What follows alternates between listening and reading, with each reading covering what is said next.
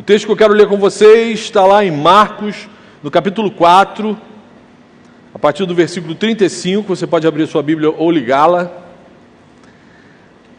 Já preguei sobre esse texto, o texto completo maior com a igreja aqui no domingo, já há alguns anos, mas hoje eu quero focar um ponto bem específico do texto. Marcos 4, 35 e 38, você que acompanha a gente pela internet também, seja abençoado, que o Senhor fale com você nesse momento.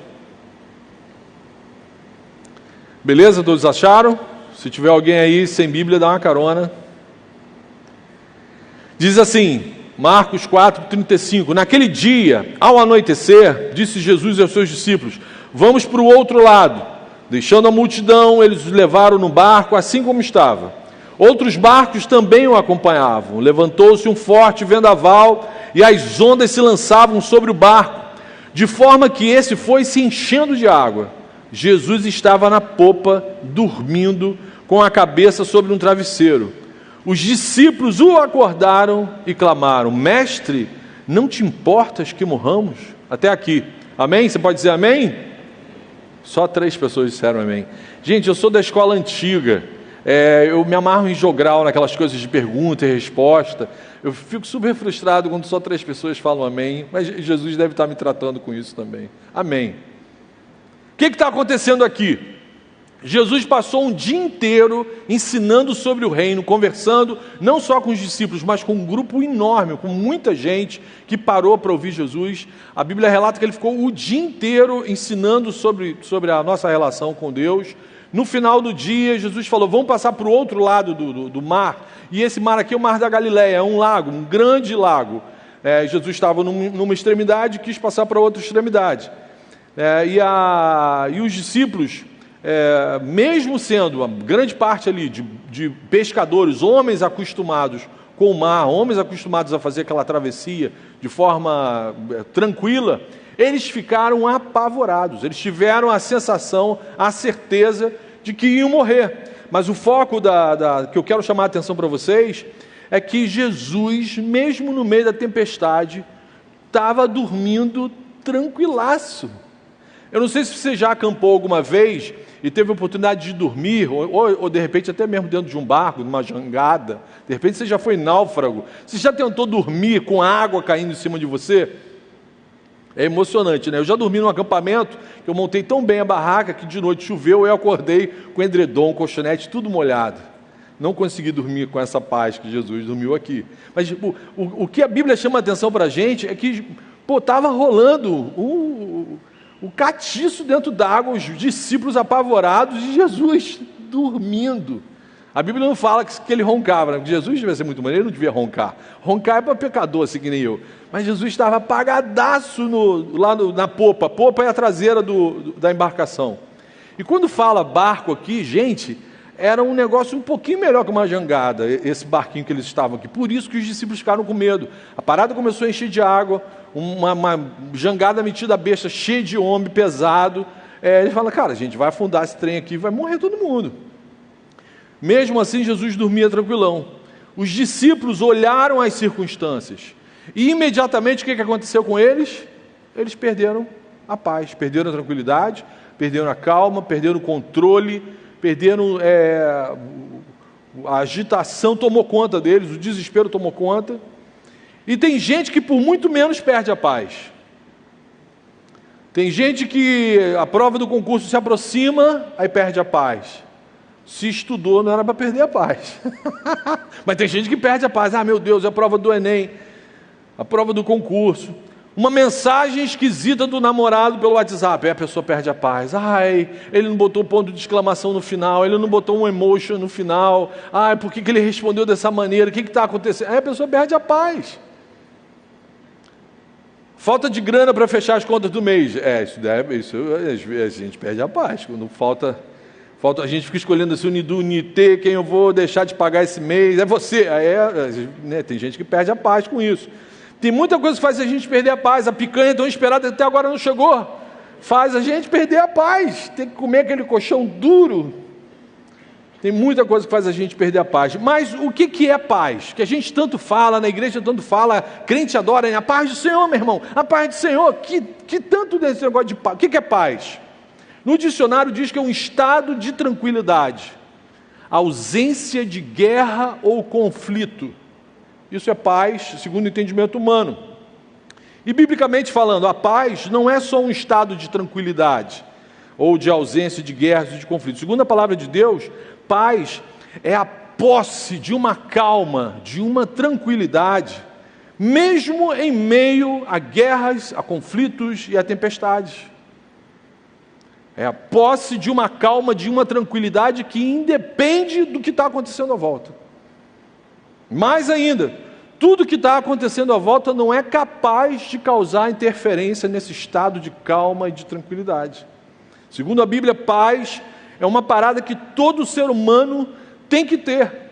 Fomos criados para viver em paz, nesse estado de tranquilidade, de calma, de controle, de equilíbrio. E aí a Bíblia vai mostrar que para viver nesse mundo caído agora, cheio de aflições, a gente precisa, todo ser humano vai precisar ter paz com Deus, paz de Deus e a paz com o próximo, um com o outro. O ser humano foi criado por Deus justamente para ter paz espiritual, que é a paz relacionada à nossa vida com Ele, com o Criador. A paz emocional é aquilo que mantém você equilibrado, estável, sem ter que tomar Rivotril. E a paz relacional, a paz nos nossos relacionamentos aqui. Com a queda, ou seja, com a quebra da plena comunhão do ser humano com Deus, isso tudo entrou no processo de desorganização. Os nossos afetos ficaram desorganizados, a nossa calma e a nossa tranquilidade ficaram desorganizados, ficaram reféns das circunstâncias. Se tudo estiver bem, eu estou tranquilão. Se alguma coisa desorganizar, aí eu perco a paz, meu coração fica mal. Então, quando o ser humano entrou nesse estado de queda, quebrou-se a comunhão, a intimidade que existia entre a criatura e o Criador, foi rompida, todo ser humano passou a viver, a existir no estado deliberado de inimizade contra Deus. Por isso Jesus veio ao mundo, para restaurar a nossa amizade com Deus. Essa é uma das principais missões. Quando o crente fala para o não crente assim, Jesus veio te salvar de quê? Da ira santa e justa de Deus, de um Deus santo, santo, santo, que ia pegar esse pecador, impenitente, obstinado e inimigo, alguém que não tem nenhuma atração, nenhuma amizade pelo Criador, ia despejar sobre ele toda a sua ira. Jesus veio salvar a gente disso. Jesus veio restaurar justamente o que foi perdido no Éden, essa relação de amizade, de intimidade da criatura com o Criador. Então hoje, no estado em que a humanidade se encontra, só é possível experimentar uma paz indizível, uma paz inabalável em Jesus. Só em Jesus é possível a gente ter a paz com Deus, a paz de Deus e a paz com o nosso próximo. Então, em primeiro lugar, essa é a primeira consideração que eu quero fazer com vocês. O que é a paz com Deus? Que o Rick Warren menciona no livro, e a gente vai ver vários textos bíblicos falando sobre isso. O que é ter paz com Deus? Foi exatamente a primeira coisa que Jesus conquistou para a gente na cruz do Calvário. É a paz que é resultado da ação salvadora de Jesus sobre a vida daqueles que Ele justificou. Quando Jesus nos justifica com o seu sacrifício vicário na cruz do Calvário, Ele restaura a nossa amizade com Deus. Ao invés de Deus olhar para a gente e se irar, se indignar com a nossa injustiça, Ele vê o sacrifício de Jesus, Ele vê a dívida paga, somos justificados, e isso restaura a nossa amizade com Deus. Eu estou em paz com Deus. Antes eu estava num estado deliberado de inimizade contra Deus. Jesus faz com que eu tenha paz com Deus.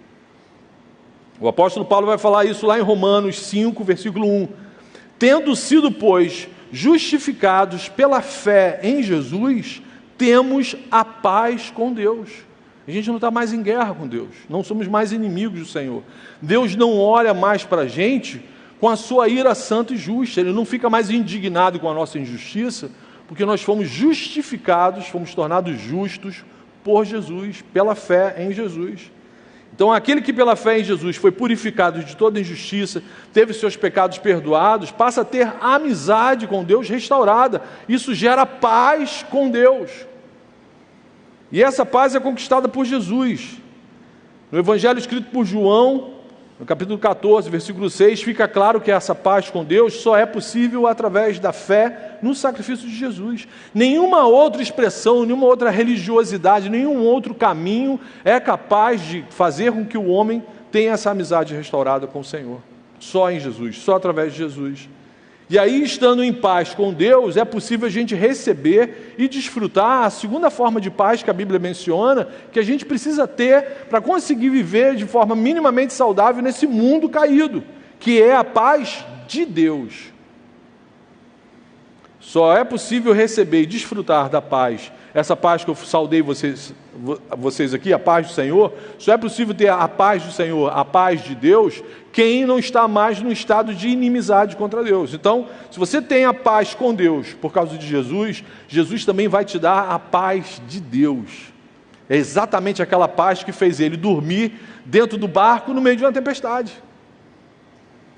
Galera achando que ia morrer afogada, e Jesus lá, tranquilaço. Essa é a segunda forma de paz que a gente carece para viver nesse planeta, que é a paz de Deus, que é a paz que promove tranquilidade e equilíbrio, independentemente da situação que está à nossa volta. É a paz que gera tranquilidade nas nossas emoções, nos nossos afetos, na nossa psique. É a paz emocional. É a paz de Deus que deixa as nossas emoções num estado de tranquilidade. É a paz de Deus que gera em nós esse estado maravilhoso de bem-estar e de equilíbrio.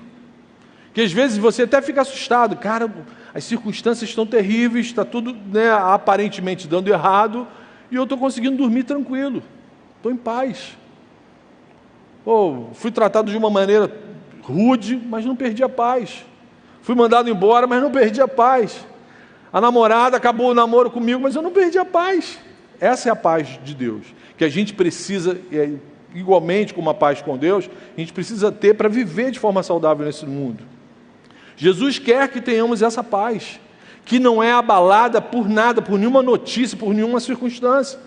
Mesmo quando tudo à nossa volta parece que vai desmoronar. Foi essa paz que fez Jesus dormir no barquinho, enquanto os discípulos acreditavam que tudo estava perdido, que eles iam morrer afogados.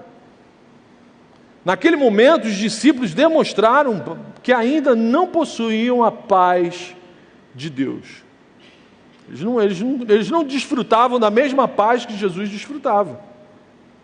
Eles já andavam com Jesus, mas ainda não desfrutavam desse estado de tranquilidade, de calma, independentemente do que estivesse acontecendo à sua volta.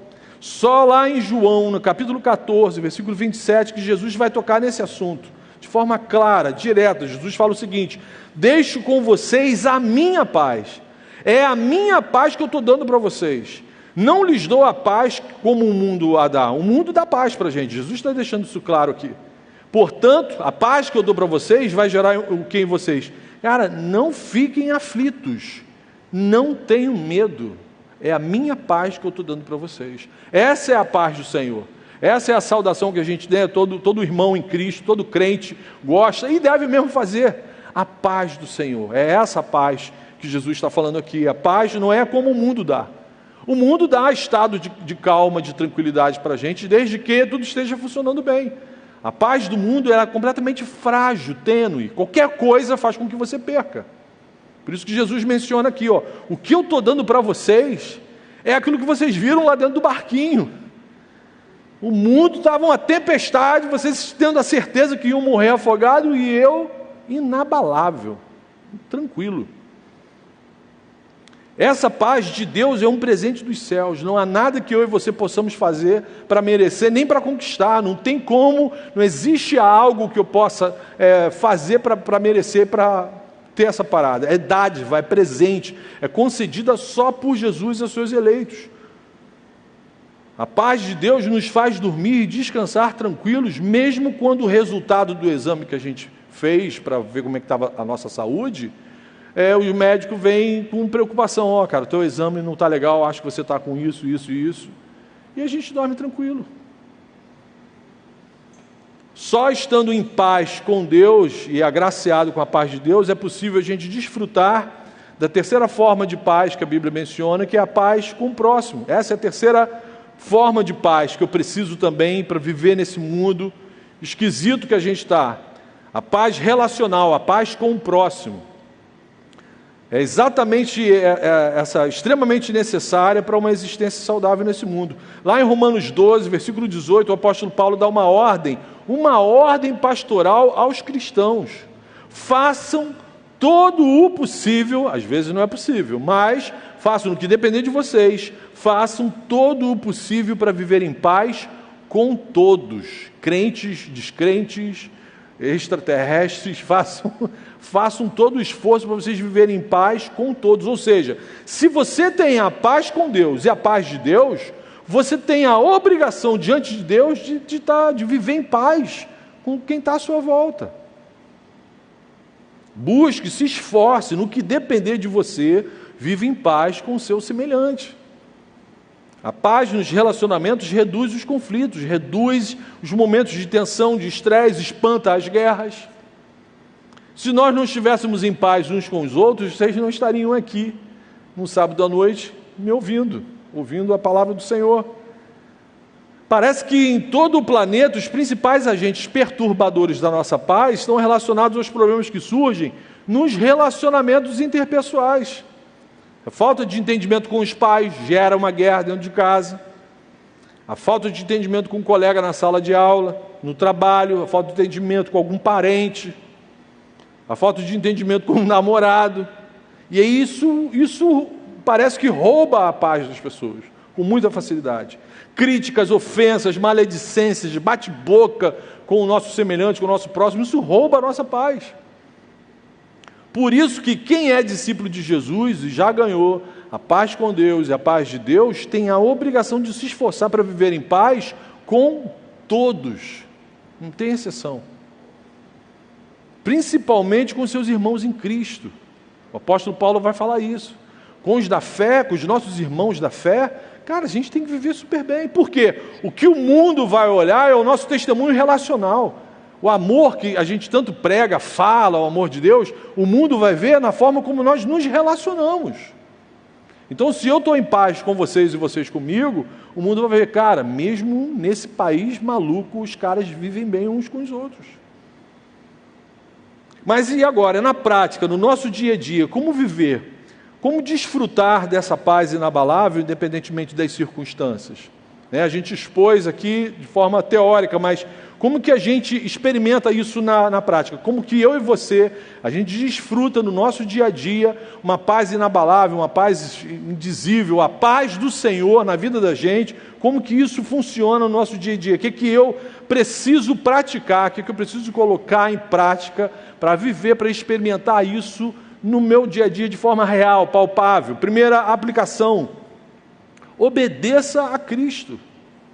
Obedeça a Cristo, seja obediente. Se você quer viver em paz e com paz, você tem que obedecer aos ensinamentos de Jesus revelados na Bíblia Sagrada. A falta de tranquilidade no nosso dia a dia é um indicador, é um alarme que nos informa que nós perdemos a paz porque não estamos obedientes. Se um cristão está vivendo perturbado, agitado no seu dia a dia, preocupado, isso é um indicador de que ele perdeu a paz, porque algum imperativo, alguma ordem que Jesus deu para esse servo não está sendo obedecida. Crente desobediente tem que viver no inferno. E a igreja diga, amém? Não, pastor, que é isso? O salmista cantou essa verdade. Lá no Salmo 119, versículo 165, o salmista registrou dessa forma: os que amam e obedecem à tua lei desfrutam paz. Os que amam e obedecem à tua lei desfrutam paz. O contrário também é verdadeiro. Aqueles que não te amam, aqueles que não obedecem à tua lei, não desfrutam da tua paz. Galera, o Evangelho nos mostra que nada, nem ninguém consegue roubar a paz do nosso coração quando a gente faz justamente aquilo que Jesus mandou a gente fazer. quando a gente empenha a nossa vida, a nossa energia vital para viver segundo a vontade de Jesus para a nossa vida, Ele é o maior interessado em conceder paz para o nosso coração. Não é essa a promessa dele? Se você priorizar o meu reino, buscar o meu reino em primeiro lugar e a minha justiça, todas as coisas serão acrescentadas na tua vida, inclusive a paz do Senhor. Quando a gente não obedece os imperativos expostos na palavra e ordenados por Jesus, cara, não tem como desfrutar desse estado de calma e de tranquilidade. Não tem como. Não tem como você fazer que nem Jesus, dormir de boa, sereno, tranquilo no meio da tempestade, se você não está buscando viver uma vida de obediência ao seu Senhor. Se hoje à noite alguém aqui está se sentindo como os discípulos de Jesus se sentiram no meio da tempestade, completamente apavorados e sem paz, isso é um sinal, pode ser que você precise rever a forma como você está se relacionando com Jesus. A forma como você acredita que está vivendo o seu relacionamento com Jesus. Pode ser que alguma coisa que Jesus mandou você fazer, você não está fazendo. Quer viver diariamente uma paz inabalável? Seja obediente a Cristo. Não é isso que a gente cantou aqui hoje à noite? Ele não é o nosso Senhor? Você não quer viver para glorificar a Deus em todas as coisas? Seja obediente a Jesus. Segunda aplicação, como desfrutar dessa paz inabalável? Pare de olhar a tempestade. Pare de olhar para a tempestade. Pare de olhar para os seus problemas. Pare de olhar o tempo todo para o seu umbigo, para o seu ventre. Você não é o centro do universo. O mundo não gira ao meu e ao seu redor. Você não é nem o ator principal da história da sua vida. Então pare de olhar para a tempestade. Pare de ficar transformando tudo numa coisa gigantesca. Ai, minha unha quebrou. Ai, não vou agora. Tudo que é pequeno, insignificante, ridículo, a gente potencializa e transforma num inferno, num caos. Pare de olhar para os seus problemas. O centro de tudo é Cristo, amém? Se você é de Jesus, se isso que você canta aqui sábado e domingo, após sábado e domingo, dizendo que a sua vida pertence a Jesus, que você é do Senhor, então os seus problemas são de quem? São do Senhor. Esqueceu do jogral, né? São do Senhor. É problema do Senhor. Eu não vou perder minha paz. Jesus está vendo a parada onde eu estou me envolvendo. Jesus está vendo o mar, o redemoinho, a coisa desmoronando à minha volta. Mas eu sou do Senhor, meu problema é do Senhor. Não vou perder a paz. O centro de tudo é Cristo. Guarde isso. Você não é o ator principal nem da história da sua vida.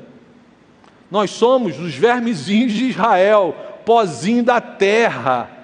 Quem é o cara? É Jesus. A gente está aqui para viver o quê? Para a glória de Jesus. Então você tem que falar isso para o seu problema.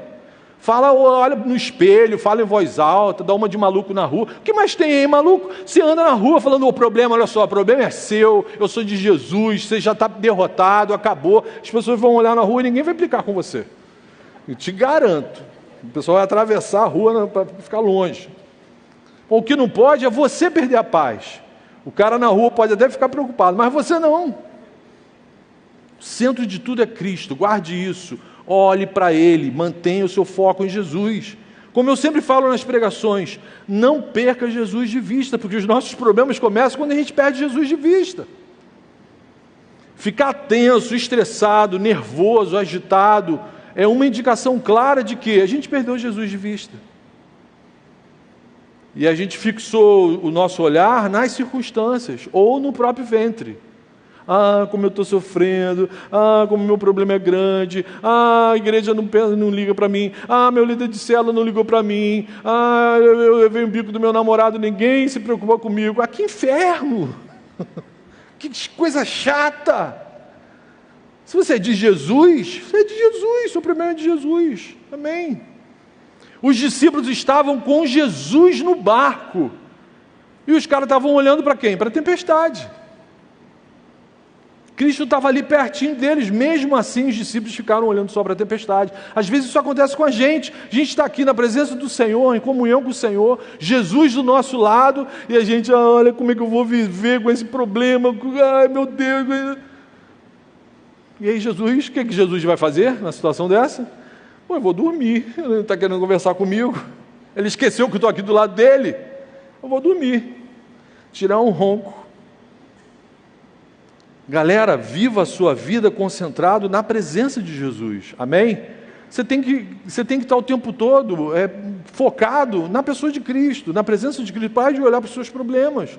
O profeta Isaías descobriu essa bênção em sua própria vida. Isaías 26:3 diz assim: Tu, Senhor, conservarás em paz aquele cuja mente está firme em Ti. Aquele que está pensando no Senhor o tempo todo, o Senhor vai conservar ele em paz. Está vendo como é que a Bíblia é prática, como ela é clara? Ela não complica nada, ela não é desumana. Mas existe uma contrapartida mínima que eu e você, que a gente precisa fazer para desfrutar dessas bênçãos todas maneiríssimas de Deus para a vida da gente. Se você olhar para a tempestade, você vai ficar desesperado. Se você olhar só para o seu ventre e para a força do seu braço, você vai ficar deprimido. Mas se você olhar para Jesus, você vai encontrar descanso. Aleluia, aleluia, aleluia. Então, concentre-se na presença de Cristo. Pare de olhar para os seus problemas. O que Jesus prometeu lá em Mateus 28? Eu vou estar com vocês até a consumação dos séculos, cara. Até essa parada. Enquanto essa parada enquanto você estiver vivo, existindo, eu estou contigo. Então, se Jesus está comigo até a consumação dos séculos, eu não posso ficar prestando atenção na tempestade, eu não posso ficar dando valor para o problema, eu não posso ficar impressionado com o problema, eu tenho que ficar impressionado com Jesus. Como que, mesmo eu sendo quem eu sou, ele ainda está num barquinho comigo, ele não me deixou sozinho no barco. E qual a melhor maneira da gente fixar o nosso olhar em Jesus? Qual a melhor forma que a gente tem para não perder Jesus de vista, para a gente não ficar distraído olhando para a tempestade? Qual é a melhor forma? Através da oração. Quando eu estou conversando com alguém, eu não perco esse alguém de vista. É através da oração, orar sem cessar. Essa é a terceira aplicação que vai ajudar a gente a viver em plena paz. Então, a terceira aplicação, converse com Jesus meia hora por dia? Não. Converse com Jesus o quê? O tempo todo. O tempo todo. Acordou, abriu o olhinho, está vivo, não virou zumbi? Começa a conversar com Jesus. Senhor, obrigado por mais um dia, eu não merecia estar vivo. Senhor, obrigado porque eu estou vivo. Obrigado por mais esse dia. Me ajuda a viver para a Tua glória. Me ajuda a viver atento, não deixa eu ficar distraído. Você já está conversando com Jesus. Você está prestando atenção na presença dEle. Lamentavelmente, os discípulos só correram para Cristo quando o desespero dominou a alma deles. Aí eles foram, o que minha Bíblia menciona? Eles foram acordar Jesus, só quando o desespero tomou conta deles. Pô, se Jesus está no meu barco, eu vou deixar Jesus dormir? Jesus, conta aqui, como é que foi essa parada de fazer água? Por que você pensou em fazer a água? Porque o Senhor fez peixe grande, peixe pequeno, por que o Senhor me fez com esse nariz tão grande? Para você cheirar melhor. Não, isso é outra história. Cara, eu ia deixar Jesus dormindo no barco? E os discípulos deixaram Jesus dormir no barco. Cara, se você sabe que Jesus está do seu lado, converse com Jesus o tempo todo. Isso vai fazer com que você mantenha a paz do Senhor no seu coração, inabalável. Não deixe Jesus dormir no seu barquinho. Não tinha ninguém querendo conversar com Jesus, ele dormiu. Converse com ele ao acordar, ao sair de casa, entrando na condução, indo para faculdades, principalmente na faculdade, né? Vai começar aquela aula que você sabe que é o próprio Satanás que está ministrando ali. Cara, você tem que ficar conversando com Jesus. Em Filipenses 4, versículos 6 e 7, o apóstolo Paulo diz o seguinte: não andem ansiosos por coisa alguma, mas em tudo, pela oração, ou seja, pelo bate-papo com Jesus e súplicas, e com ação de graças, apresentem seus pedidos para Deus. Ele sabe o que você está passando, Ele sabe o que você está sentindo, Ele sabe o que você está vivendo, mas Ele faz questão de quê? Cara, conversa comigo, vamos trocar uma ideia. Apresenta os seus pedidos a Deus. Senhor, tem uma parada que está me assustando. Senhor, estou preocupado com um determinado assunto. Primeiro a oração, depois a paz. Primeiro conversa com Jesus, mostre para Ele as coisas que tentam te assustar. as tempestades que tentam roubar a sua tranquilidade, aí sim, a paz de Deus, que excede todo o entendimento, o que Paulo está querendo dizer com isso aqui? É inexplicável.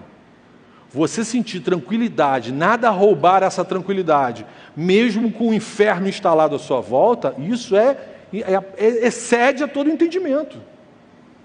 Paulo está falando aqui, se você apresenta essas coisas para o Senhor, se você conversa, expõe tudo isso para Jesus, a paz dele vai guardar, vai proteger a sua mente, o seu coração. Você não vai surtar, você não vai ter um ataque, um piripaque, por quê? Ele está guardando e protegendo você. A ansiedade e as nossas preocupações são emoções inúteis. Ficar ansioso, ficar preocupado, ficar tenso, agitado, estressado, são emoções que nós produzimos para o nosso organismo absolutamente inúteis, não serve para nada, não muda nada. A ansiedade é uma emoção inútil. Quando as pressões da vida aumentam, não entre em pânico, ore, experimenta orar. Eu não estou dizendo que você não vai ficar ansioso, não vai ficar estressado, não vai se sentir agitado, não é isso. Mas quando essas coisas tentarem te dominar, antes de você ficar desesperado, ore. Senhor, olha só, estou começando aqui, tô tremedeira de novo, Senhor. Eu estou com medo, Senhor. Estou agitado, Senhor. Estou tenso. Ore. Utilize as circunstâncias, não para afastar você de Cristo, mas para te aproximar de Jesus. Corra para o fundo do barco, vai lá atrás. Lá na popa onde Jesus está dormindo, transforme a sua ansiedade em longas conversas com Jesus, amém? Quem melhor do que Jesus para nos ouvir? Tem uma galera que gasta grana indo no terapeuta, né? Que a Emily diga amém, obrigado Senhor, faz ele ir lá no meu consultório, Jesus. Mas tem gente que gasta uma grana, né? E Jesus está ali, o cara, fala comigo. Não estou dizendo que não é, não, pô.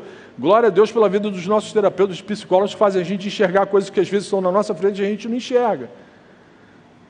Mas às vezes a gente não vai lá no fundo do barco para falar com Jesus, a gente não fala com o nosso irmão que é psicólogo, a gente não procura o pastor, aí fica, ó dia, ó vida, ó azar, Jesus joga o meteoro e acaba com tudo. Se vier conversar comigo, eu vou falar amém. Joga mesmo, Jesus, joga que eu não quero mais papo com... Não fala, ele não quer falar com o Senhor. O Senhor está lá no barco, ele fica, joga um meteoro, Jesus. O que Jesus falou para os discípulos? João 14, versículo 1. Não se perturbe o coração de vocês. Cara, não deixe o coração de vocês ficarem assim, agitado. Creiam em Deus e creiam também em mim. E aí crer aqui não é só no sentido de, Jesus, eu acredito em você, eu acredito em Deus. Crer é mudar a sua vida em função daquilo que você diz que acredita. Então, se eu creio em Deus, o que isso implica? Cara, Jesus é o Senhor da minha vida. Jesus é o Senhor soberano da minha vida. Crer em Jesus é assumir Jesus como o Senhor da nossa vida. A gente jamais vai experimentar uma paz verdadeira, inabalável, enquanto Jesus não for o Senhor pleno da nossa vida. Aí você já começa a desconfiar por que um crente, às vezes anos caminhando no Evangelho, volta e meia tem um surto, fica agitado, fica nervoso, fica deprimido, porque às vezes, em algumas áreas da nossa vida, Jesus não é o Senhor. A gente pede, Jesus, vai para um outro barquinho, deixa eu ficar sentado nesse trono. Esse lado da minha vida cuido eu. Aí, meu irmão, você não vai experimentar paz plena, inabalável, verdadeira? Não vai. A gente jamais vai experimentar essa paz que excede a todo entendimento, que guarda a nossa mente e o nosso coração, enquanto Jesus não for o Senhor pleno da nossa vida. Amém? Vamos conversar com Ele? Vamos orar? Feche seus olhos, vamos falar com Jesus. Fala para Ele, alguma coisa hoje tem tentado roubar a sua paz? Fala para Jesus. Se é algum pecado que está te perseguindo, te oprimindo, arrependa-se, peça perdão para Jesus hoje, agora. Se é algum problema físico, alguma doença, peça cura para Jesus hoje. Se é uma pessoa difícil que está te perturbando, exponha tudo isso para Jesus, mas lance sobre Jesus todas as suas ansiedades, pois é Ele, é somente Ele que tem cuidado de nós. Senhor Jesus, muito obrigado por Tua palavra, Senhor. Obrigado pelo Teu amor, pela Tua graça salvadora, Senhor. Como a Tua palavra gera encantamento, deslumbre, Senhor, na vida da gente. muito obrigado por essa oportunidade que o Senhor nos concedeu de renovarmos o nosso entendimento sobre isso.